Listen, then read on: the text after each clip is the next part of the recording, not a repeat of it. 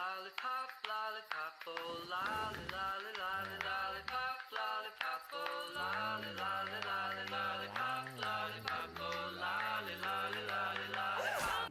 Good morning. Welcome to Punch Bowl, the amazing city of the future. I'd like to introduce you to our star of this attraction, Stubbs.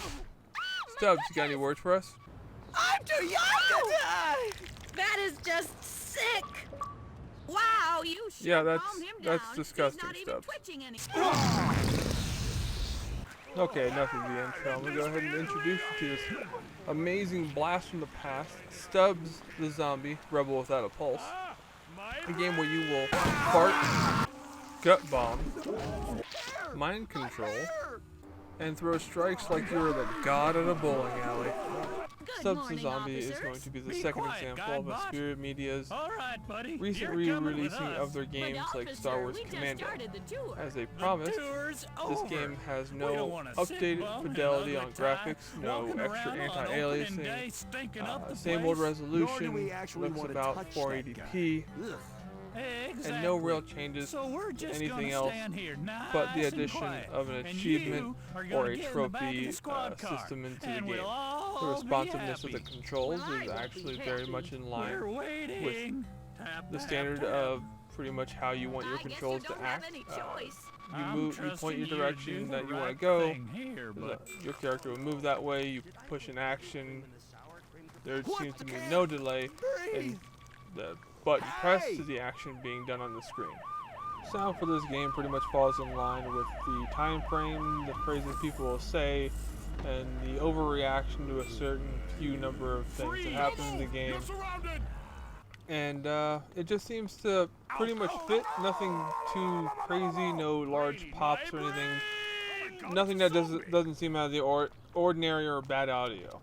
The story itself comes into sort of a question because it's a love story, which is a little bit out of place in the zombie apocalypse game when you're the zombie and you're chasing the love of your life, although you've been dead for quite some time. And I can't really explain it. It's just a little key point that's kind of weird. But the story is actually, after you get some more background information, find out more stuff when you go through every stage, then you find out who you are, which is Edward Stubbs, kind of a traveling salesman, and then there's a giant like M. Night Shyamalan plot twist at the end. So take it for what you want. The story is interesting to say the least.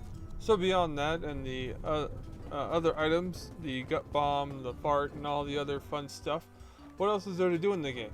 Well, there's 4 different vehicles you get to drive.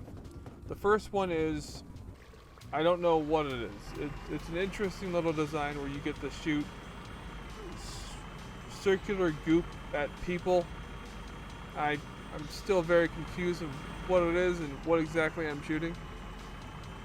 Then you get the a tractor with a bunch of pitchforks, look like they're duct taped to the front. That's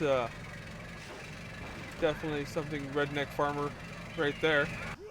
Jeep, because the military gets involved, and you get to drive a Pershing tank. Don't know exactly how a zombie knows how to drive a Pershing tank, but you get to drive a Pershing tank. So that kind of wackiness right there, this game pretty much falls in line with.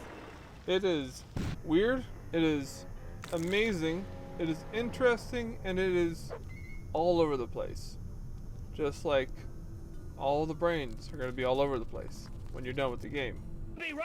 Depending on your playstyle and difficulty you set this game to, it should take you from anywhere from 1 hour and 15 minutes to 5 hours. If it takes you any longer than that, then you're probably going on insane. And so controls in general, not only in zombie mode, but for vehicles, it falls in line with about a 7.5 on the scores. Graphically, the game holds up well for what it is, but at the same time, could have used for a refresh or remake of some kind for this game. So that's going to fall in line with more of a 6.5. Story definitely a little off the wall, definitely a little weird, definitely part of the time back in 2005 for them just to try new ideas. So this game is definitely interesting, and sadly enough, we're probably never going to see anything like this or this attempted as in you playing as a zombie again with a story behind it. Not Left 4 Dead 2 Zombies, so that game kind of falls in line with you're going to play a zombie because it's team versus team, but you'll never see something like this, I feel, for a while, because it's definitely going to be something that is not really par for the course.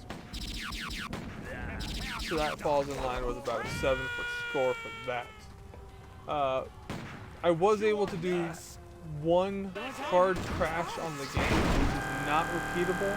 I've tried it a few times afterwards to see if I can get the same hard crash to happen again.